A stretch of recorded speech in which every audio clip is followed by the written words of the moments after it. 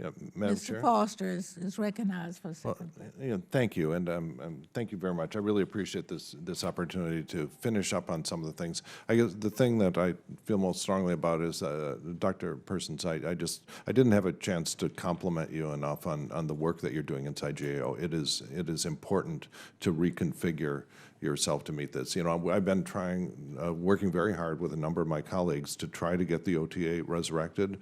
Our odds of success are not 100%, and as I said before, I think we need an, all of the above approach here because of the importance of this. And I think the other thing that I muse about frequently is the fact that we simply don't have on staff. What you really want to do as a member, if you see something, a story in the press, you say, hey, is that garbage or not? Is that a real issue? An issue for my constituents or for my district or for our country, or is that just sort of hype? And so if there's someone that you have right at hand that you trust, if OTA was sort of enmeshed in Congress so that there are several people that you would know on a first name basis, call them up and say, hey, is this garbage or not?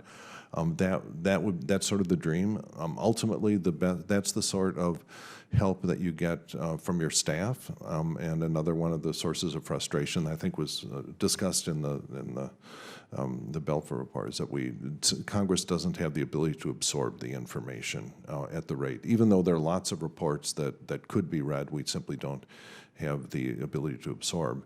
And so one of my questions, what are the ideas that are out there to provide high quality, sort of long-term, and not rotators or temporary fellowships and stuff, but people who make their career as science advisors close at hand to Congress? Any ideas on what's been tried there? Yeah, Dr. Blair. Resurrecting ancient history, I think.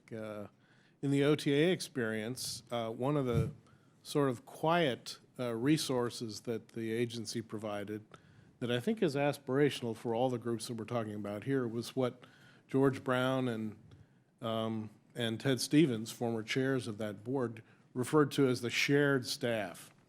And that is, in the OTA experience, when a major assessment was done in a particular area, that expertise was then available for all the committees and often individual members' offices to become really an authoritative resource in that area.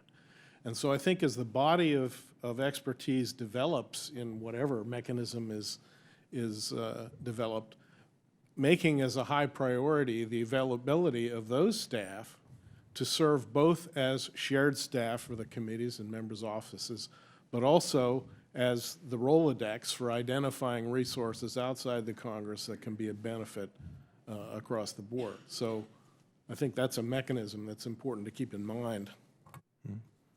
And sir, I just point to, just from a capacity thing at GAO, as you know, again, 70 FTEs, we've hit that mark we had targeted for FY19 in terms of permanent hires.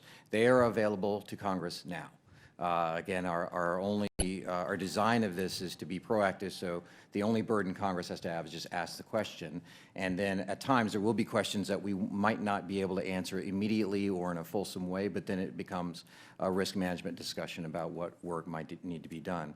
But when you look at the Belfer Center report, page 62, 63, about the ideal system with this, existing with the Congress, convening groups of stakeholders, serving congressional needs, options-oriented, that implies a permanent staff, which is what we have, as well as this scale and reach out to not only national academies, but other external experts.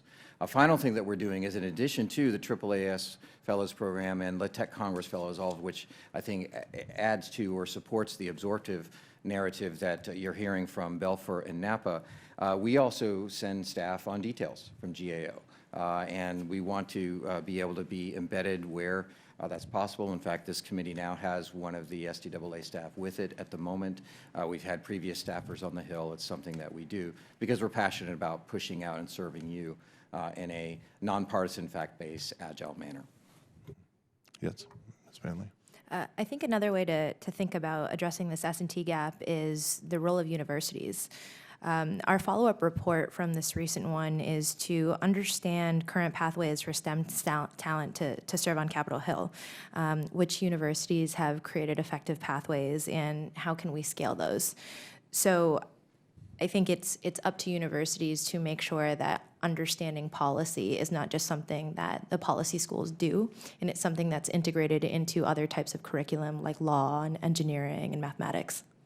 Thank you. And I guess I also can't close this discussion without just saying we have to do something somehow to figure out how to raise the level of staff salaries so that we can have this be a viable career.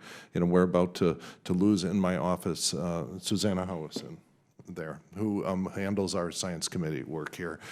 We'd have to like double the salary that we could offer her to be able to keep her compared to the offers here. And as someone with a young family in DC area, you're constrained.